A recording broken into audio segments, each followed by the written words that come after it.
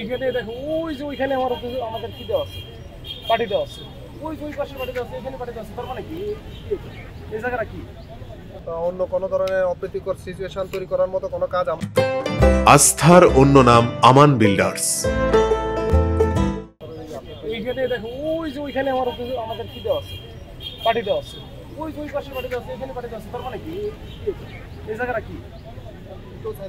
হ্যাঁ, তো তাহলে এটাই যদি হয়, আমার মানে বাংলাদেশের মনে করে একটা জায়গা থাকলে সেন্সিটিভ মনে করে এটা হাই ব্র্যান্ড। স্যার আমাদের আশ্বস্ত করার পরে কিন্তু স্যার আমরা একদিনও আসিনি স্যার, আজকে 7 দিন পর আমরা ভাই আশ্বস্ত করা সেই জায়গাকে তুমি নক করছো। স্যার আমরা তো নক করছি স্যার, আমরা তো বলছি স্যার যে আমাদেরকে 12 তারিখ ভাই পর্যন্ত তুমি ওইখানে কি যেখানে কথা বলছো ওইখানে কি আবার কোনো নক করছো? ওইখানে আমরা নক করছি কিন্তু আমরা কোনো ফিডব্যাক পাইনি স্যার।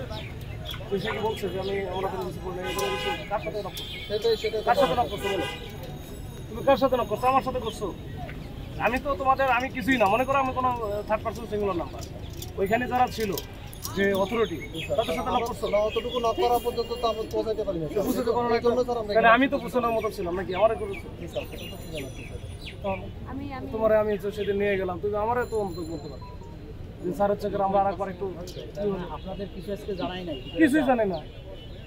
আপনারা কি পদক্ষেপ নিচ্ছেন? আরে পদক্ষেপ নিচ্ছে, এখন পদক্ষেপ তো একটাই হয়, হচ্ছে আইন ভাঙলে কি হয়? এখন সেটা তো ওদের দিকে তাকায় আছে, মানবিক হইতে হইতে আর কত মানবিক হবো? এখন মানবিক হয়ে যাচ্ছে।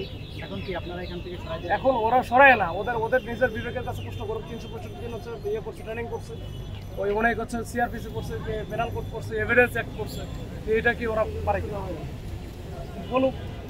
যদি ওরা করতে পারে তাহলে অন্য কোনো ধরনের অপ্রীতিকর সিচুয়েশন তৈরি করার মতো কোনো কাজ আমরা করি নাই। আমরা এখানে রাস্তা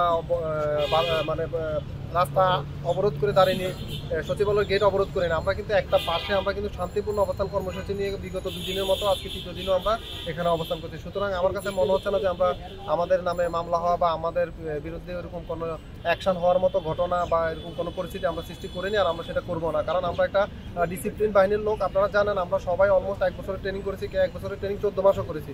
সুতরাং আমাদের দিয়ে বিশৃঙ্খল কাজ কখনো হবে না, কারণ আমরা সবাই শৃঙ্খলাটাই শিখছি ট্রেনিং একাডেমিতে। আমরা 1 বছর ধরে আমাদেরকে এটা শেখানো হয়েছে কীভাবে মব কন্ট্রোল করতে হয়, কীভাবে মানুষের সাথে পাবলিক অর্ডার ম্যানেজমেন্টটা কীভাবে করতে হয়, এগুলো আমরা সবাই জানি। সুতরাং আমরা আসলে এরকম অপ্রীতিকর কোনো ঘটনা বা উচ্ছৃঙ্খল কোনো পরিস্থিতি আমরা সৃষ্টি করবো না।